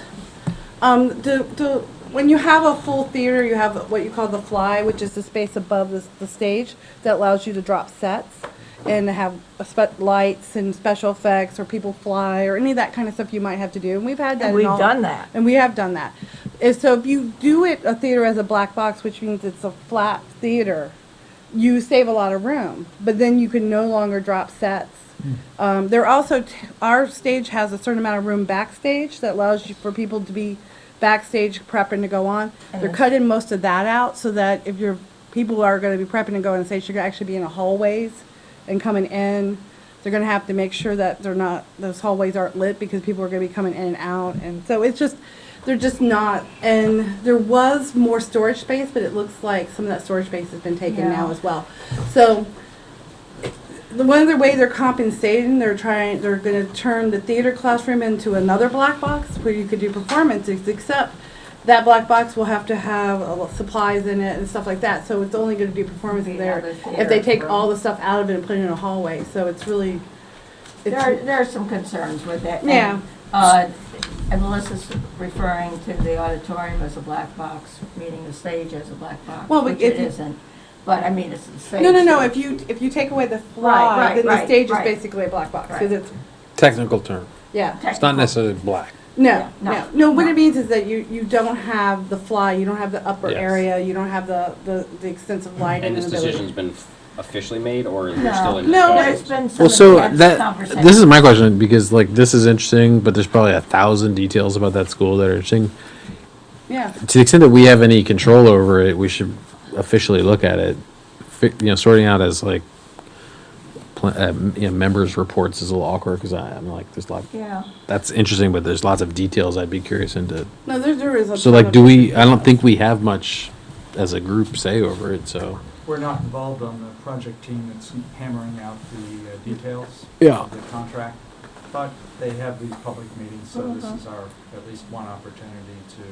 We have a express lot of opinions. viewers And that my- get their information through Yeah. no, I'm not. I'm happy to hear about it. I'm just saying like, if you guys are expecting me to have an opinion about it, I'd want to have.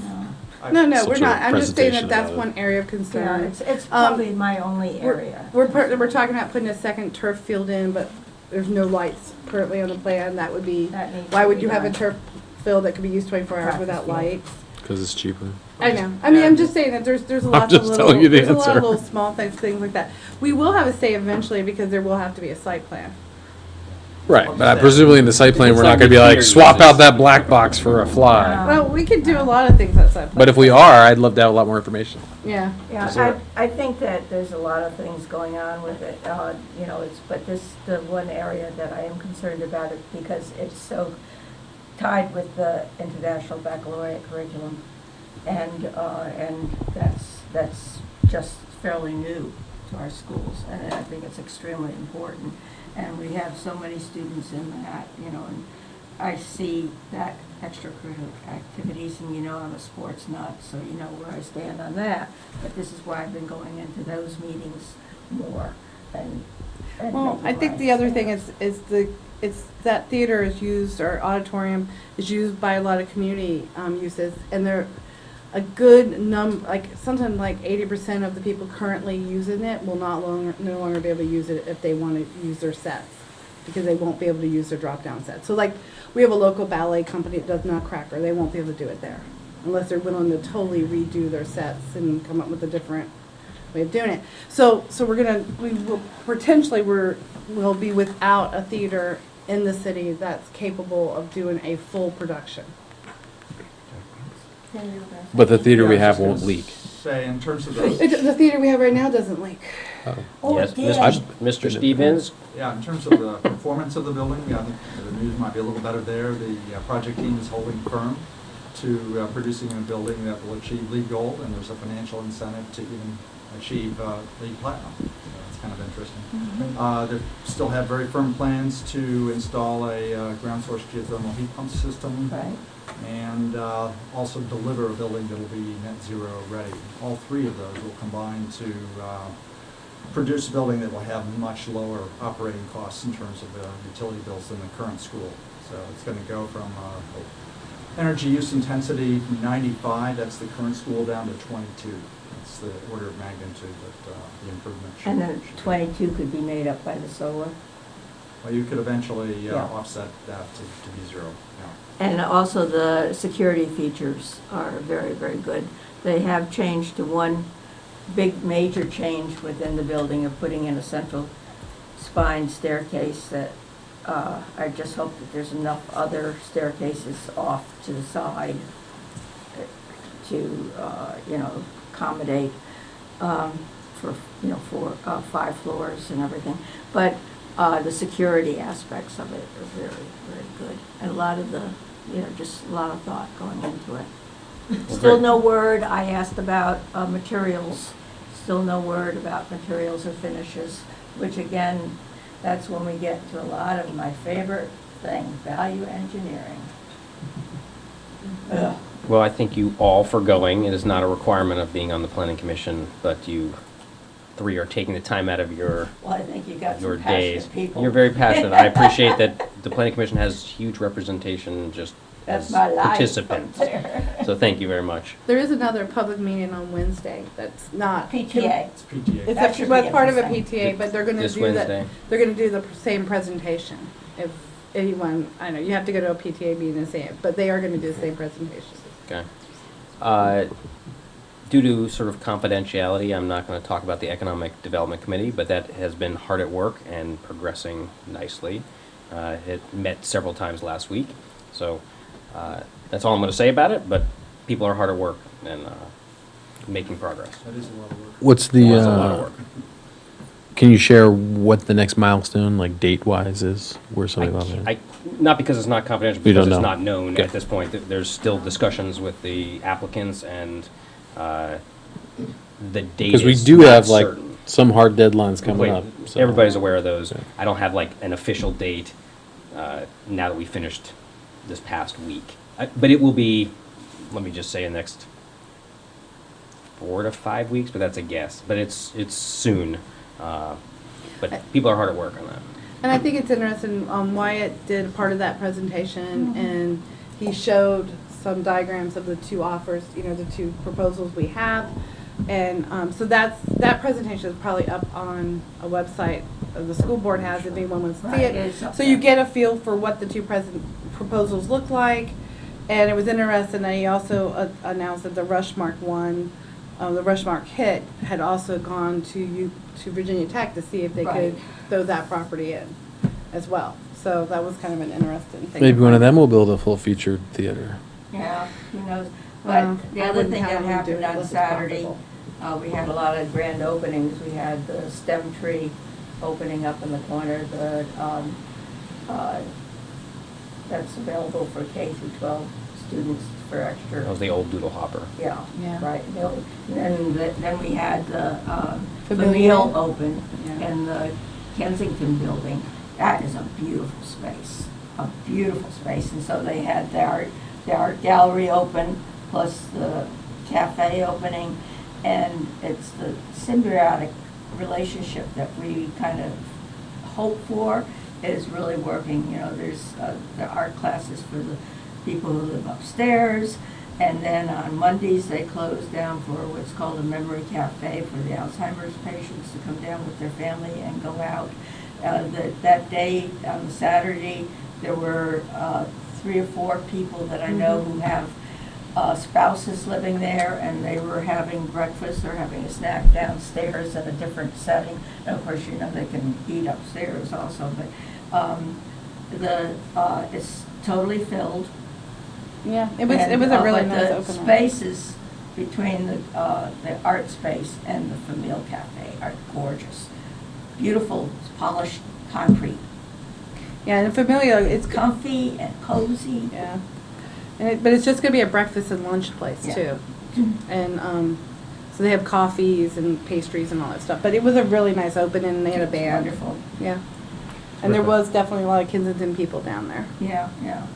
Great. And then the place across the street, Dominion, is supposed to open, they have a soft opening, but I don't know. There is a lot of news this week. Well, Yeah. you know, in Goodness. one day, you know, there's 4 or 5 different new businesses, Yeah. which is pretty darn exciting. You know? great. It's fantastic. And the ice cream place is finally starting to work on their space. Well, they need Maple. a sink, I know, but $30,000 sink. that was holding them back. Yep. All right, thank Go you for fund the, me page. thank you for the reports. I have just oh, you one do? more, Go real ahead. brief. For those interested in electric vehicles, the Energy Transition Subcommittee is going to have a speaker. It turns out the speaker is a resident of the city. It's Erica Myers, and she happens to be the Director of Research for a company by the name of Smart Electric Power Alliance. They do a lot of educational outreach to a wide stretch of industry participants, including the utilities. And she's going to talk about electric vehicles. She's something of an expert at this, specifically how they can become a more prominent part of the Falls Church community. So this is going to be on October the 4th, 7:30 at the library at the high school. I encourage you all to attend. What's the date of that? October the 4th. And I did send a note into the news press today, so hopefully they'll have it. And unfortunately, my lease is up as far as Wednesday, so I'm going back to the gas. All right, thank you again. Mr. Stoddard, it's time for the Planning Director's report. Yes, Mr. Chair, thank you. There are a couple things I want to start off with that are not included in the report. But one is to celebrate the start of 2 new staff members. I think I have reported to the group that they had started last week, and they are already hard at work. Jeff Hollern, here with us tonight, is stepping in for Deborah, clerking the meeting, and Shayna Schaefer, who could not make it tonight, was stepping in by actually posting the package materials late last week. Fortunately, Deborah, I think as Jeff can attest, left us all in very good shape. That she had very well prepared notes that Shayna was able to follow to a letter, get the package posted, and then there were notes for us tonight on how to set up. So even though Deborah is not here physically, it is still her guidance that we're following to get through the Yeah, meetings. that's efficient. Welcome aboard. Thank you. Officially. And is Deborah permanently not going to be doing this? Oh, or no, this no, is no, just no, a this was temporary. Temporary, okay. Yeah, Deborah, hopefully she never leaves. I still remember very much Deborah's wisdom. I appreciate the fact that she's been a community resident for so long. It was very common multiple times a day that I would get an email from somebody upset about something, and I would lean back in my chair so I could look through the doorway, and I would say, Deborah, who is this person and why are they so upset? And she'd say, and then she would share with me all the knowledge I needed. So I have appreciated Deborah very much in my time here, as I'm sure as many of you do. Absolutely. Number 2, celebrating a fun event. The city's first participation in Parking Day happened last Friday. For those who got to see the pop-up park down on South Maple Avenue, across from adjacent to those portico retail spaces on the Lincoln at Tinner Hill. I myself got to spend a very enjoyable hour providing daycare. To a mom and her 3 kids, but I just loved it because they're right about my son's age, so it was just a happy time. Akita Ruzzi was the guiding force behind it all, but obviously a lot of staff members, including Jeff and Gary, were there to help out, and others who couldn't be here. But it involved putting green, it included a Jenga board, it included volunteer treats from the Happy Tart and Target.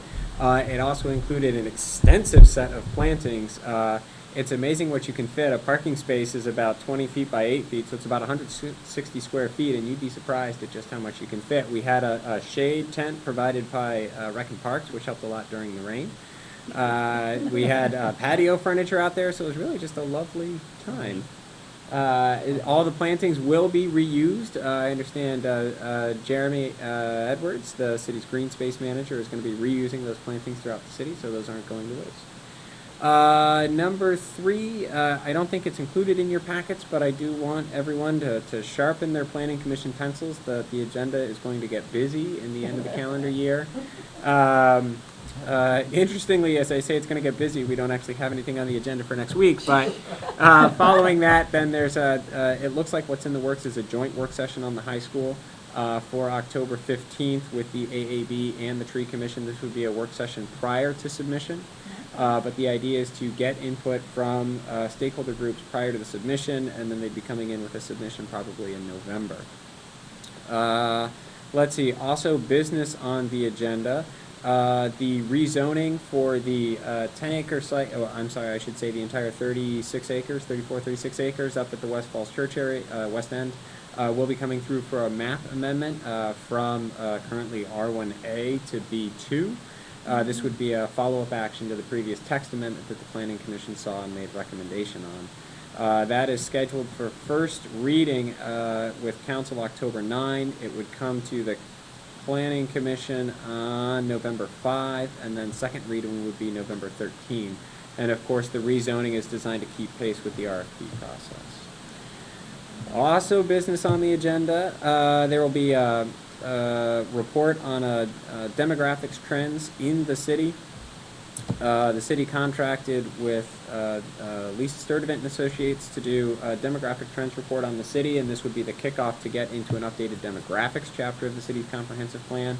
Already there's a draft report that staff has been reviewing, but it's looking at what's going on in terms of people, households, and workforce inside the city, and how the city compares nationally to the region, as well as to some comparable areas within the region, like a Vienna or a McLean.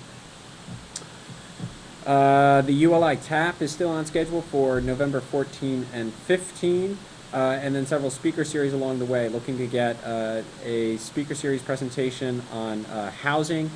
Just last week I was at the COG Planning Director's technical meeting, and there was a presentation on housing in the region and the problems the region is facing. It's projected that if you look at where the regional economy wants to go, the region as a whole, the COG region, is short by about 100,000 households starting in about year 2040. 100,000 is actually a fairly small percentage of the total households in the region, but it is about 20 to 25% of the total growth needed in households. So this has gotten the attention of a lot of folks. Business school leaders have started I've got it written down. There's a coalition of business leaders that have started taking notice of this because they're worried about impacts on their businesses. The Richmond branch of the Federal Reserve is looking at this because they're worried about economic impacts in the region. Also, we did our share tonight. I'm sorry? I said we did our share tonight, right? The city did part of its share tonight. The Urban Land Institute is looking at it, as well as various planning agencies in the region. So that obviously plays in well with this looking at demographics, as well as the housing chapter that's under development. Let's see, another speaker series item looking at the fiscal impact model. That regularly gets updated. As part of the update this year, we included in the contract a report out to the Planning Commission on how the fiscal impact model works, as well as a question and answer session with the group.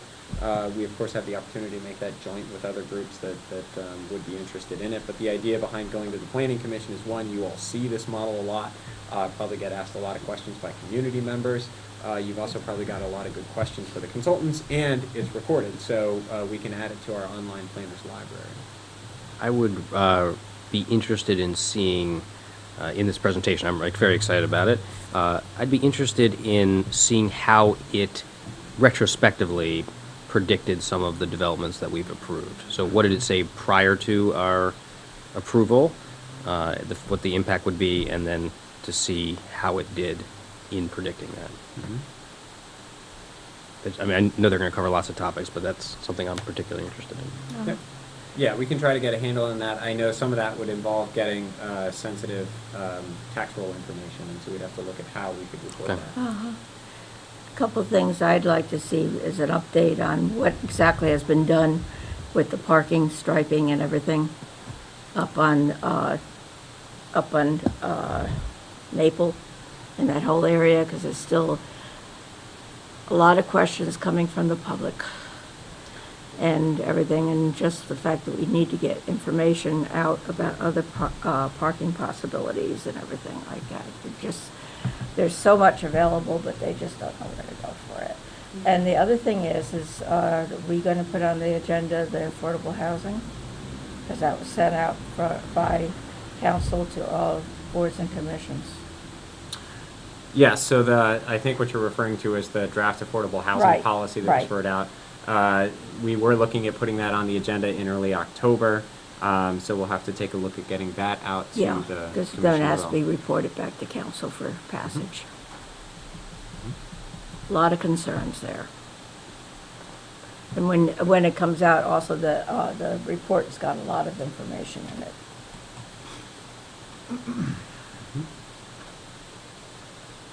Yeah, that may be a good item to look at for next Monday. We're a little bit behind where we would normally be on package distribution on account of the special meeting. Normally, the package for next week's meeting would have gone out today. That didn't happen. But so that's we- got a lot of info in it.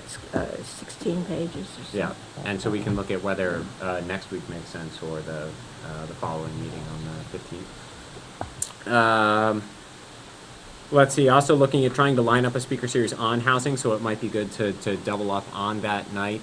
There were some good contacts made at the planning directors meeting, some folks that would be interested in coming out and talking to the city about what they're doing in what Arlington is doing with projects and their experience with housing policy. Certainly some partners in the region to learn from. That would be really excellent. And then that will, and then other unscheduled items that will have to find their way into this agenda. The site plan for first the variance and then the site plan for the library expansion, the Big Chimneys Park. And then also, the buyer Volvo will at some point come in for their site plan. If you remember, they came in for a variance regarding the placement and spacing of their building. Jumping to the actual written planning report. West Broad Street inventory as requested last week. In your packets was the inventory that was prepared by Walter Phillips at the request of the Economic Development Authority. The idea was to make progress on completing the streetscape on West Broad Street. I think as many of you know, the city invested in the late 80s, early 90s in streetscape along West Broad Street, but there are many pieces that were left unfinished. With concrete sidewalks still in place, obstructions from overhead utility line, or the poles from overhead utility lines.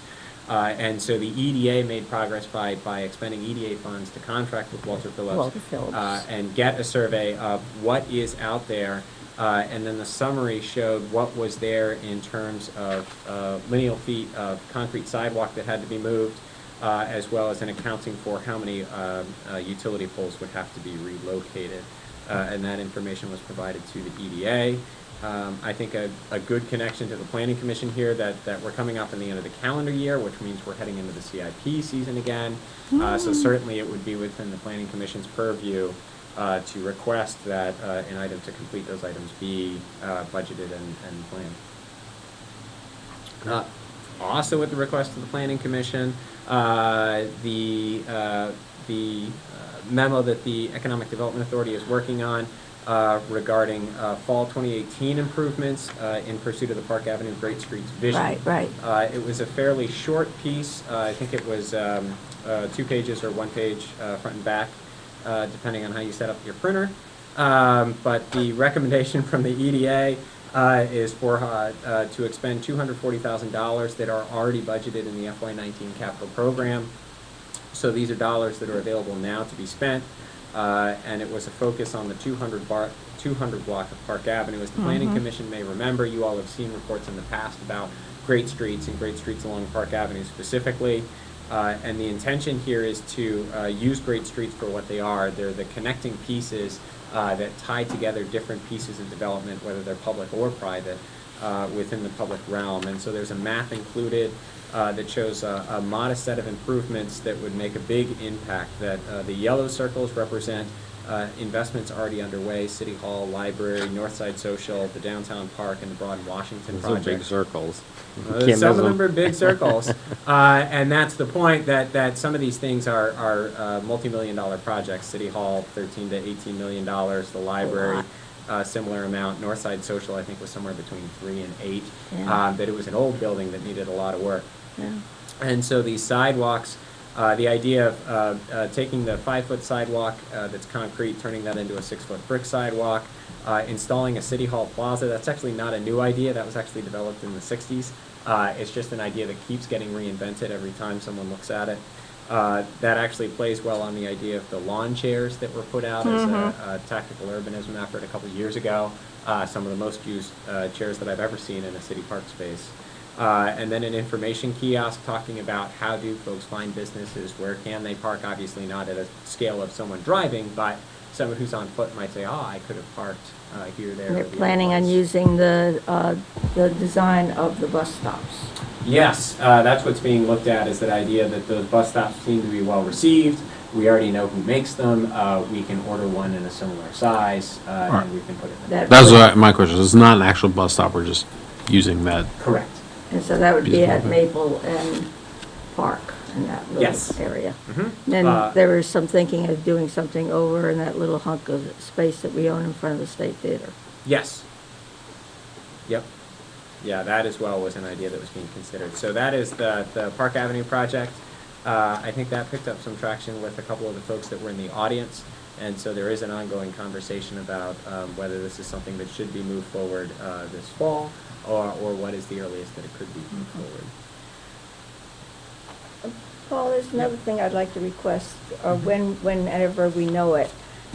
When are we going to get a handle on what we're going to be able to use that $15.7 billion for intersection of Haycock, and what all is going to be taken care of and how? And I keep wondering how that grant has helped us out, having extra money for the development of the Mason site. Because otherwise, that would have had to come from us, wouldn't it, or from the developer? Yeah, and so that was a biggie. Yeah, whenever you can transfer developed land, it's obviously more valuable than undeveloped land. But when and if and what's going to happen, because I know there's some talk about a safe trail from the bike path for the kids up to Mason, and of course, my biggest love in life is that left-hand turn into the school. Sure. Off of Haycock. Sure. Let me take those in order. First, the award from the Northern Virginia Transportation Authority, the NVTA, was the approximately $15.5 million award. And that did have a defined scope, which included several transportation-related elements. First was a rebuild of the intersection of 7 and Haycock. One, to make that flow a little bit better for folks who are driving, but two, to make it much safer for folks who are on foot. It's a very wide intersection. There's a lot of grade. The sight lines are not good. The crosswalks are not very visible. So a lot could be done to improve the multimodal transportation aspects of that. Number two, a new signalized intersection along Route 7, not to line up with Chestnut Street, or at least not to allow through access to Chestnut Street on the Fairfax County side of the line. Number three, a hawk signal, which is a fancy term for a pedestrian-activated signal at or near the existing crosswalk that connects the 10-acre site with the shopping center with the Giant in it. Also included as transportation elements, wider sidewalks. Those sidewalks are pretty bad. That was identified in the COG Transportation Land Use Connections report that was done a year or two ago, as well as a better buffer and tree canopy coverage to limit impervious surface in the area for stormwater management, as well as safety and accessibility, street trees and streetscape along the exterior of the site, along the Route 7 and the Haycock frontages. But how about a trail or some sort of a way for the kids to get up along Shreve? Yep, so That's that. so important. Yeah, so From there that was. whole side of the city. That's outside Yes. the city limits. It is, but the city, we don't have enough to do, so we always plan outside the city limits. Yeah, We've well, got you know, yeah. we've got things on our comp plan relating to the East Falls Church second entrance, and this goes both ways. There was obviously a conversation with Fairfax County about how to design 7 corners in the transportation network. There was a site meeting with Fairfax County DOT. Department of Transportation about how to make a better crossing, a better sidewalk from the WNOD along Shreve Road to that site. One of the things that city staff is looking at as part of its round of grant applications for this year is funding to widen that beyond what's already planned. That I think there was the thought of a 5-foot wide path.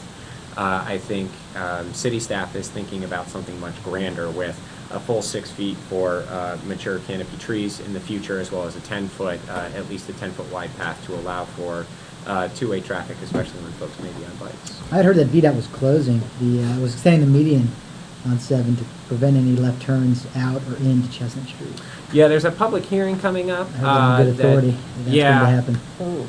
Yeah, there's a public meeting coming up that VDOT is considering closing that median so that it would block left in, left out access through Chestnut. I think where city staff has been is that it's not about just closing one median, but about making sure that that median break is in the appropriate spot so that it serves the safety concerns of the Fairfax County residents as well as the access needs of economic development and the schools Right. on the Baltimore Right. side.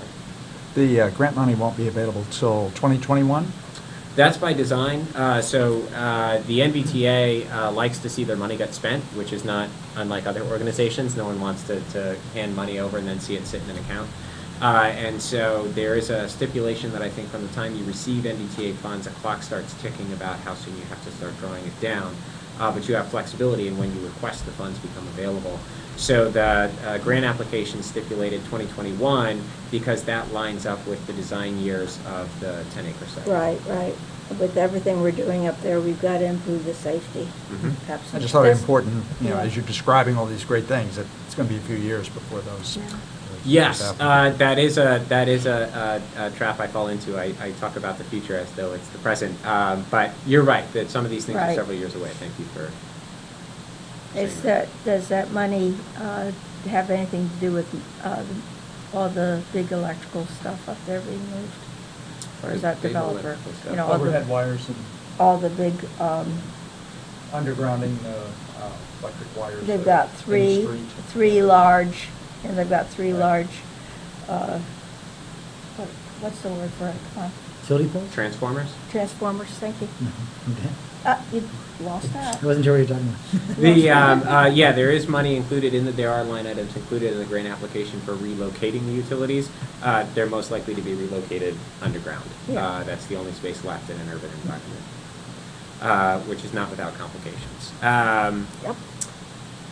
Exciting. Let's see, so Park Avenue, bike share locations, as I mentioned, the city is continuing to work on its efforts with VDOT to get approval to use the federally awarded funds. Included in your package was the latest version of the stations that went out for public review, and this is also what was submitted in the procurement package to VDOT. So these are the station locations that are going in, the 11 that are going in as part of the first phase. And then the other locations would follow in phase 2, and that's where easements and right-of-way would be required. And then last item. Yes, last It was item. part of our packet. Last item. Last this item in meeting? your packet Yes. is I didn't get information from anything. Portland, Oregon. The 20 is Plenty campaign that they're running as part of their Vision Zero. I'm sure a lot of you have heard about this idea of a Vision Zero campaign that a number of cities are running. The United States is far behind other nations when it comes to traffic safety, that on a per mile basis we do pretty good, but on a per capita basis we're very bad in terms of deaths per capita due to auto-related deaths. And so a lot of cities are taking notice. They're doing things like reducing speed limits, installing safer crossings. Portland here, just to highlight, this actually came from Jeff Sykes, who is the planning liaison to the Citizens Advisory Committee on Transportation. Portland, Oregon is rolling out 20-mile-an-hour speed limits in all their residential zones. And a lot of that is predicated on some of the information that's already in the city's neighborhood traffic calming handbook. And it notes that there's a non-linear relationship between speed and the risk of injury or death, that you get much greater gains in the risk reduction than you have to pay for in speed reduction.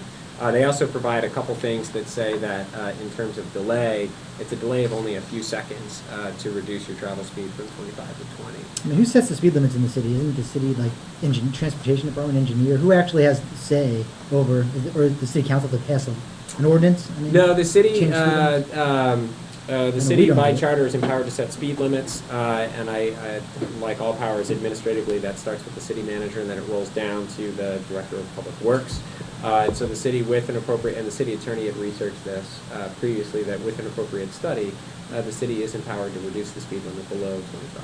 Although I believe that Washington's different. 29, I think most of it's at 30 instead of 25, because I think that's because it's an emergency. Well, we're continuing to review that at the staff level, about what specifically is within the city's purview on streets like 7. Okay. One side 25, one side 30. Well, VDOT has some say right on the primaries from 29 and 7. Right, they do. Yeah, we should talk more. Well, that's why it sounds like they're researching it. We're still researching that. Yeah, so that was presented at the CACT meeting I went to, and I asked them to give it to us because I thought it was an interesting thing to look at. And he's right, on the south side of town, that's the northbound or eastbound lanes are down the center it's down the line. middle, so we don't know, it's out of some corporate limits. Ownership. But for walkability, I mean, some of our neighborhoods, 25 miles per hour is pretty fast. Like, seeing someone go 25 miles per hour, like on Timber Lane, It's scary. when the kids are at the school bus or walking to school, that doesn't really need to be 25. Because people are parked on either side, it's just not.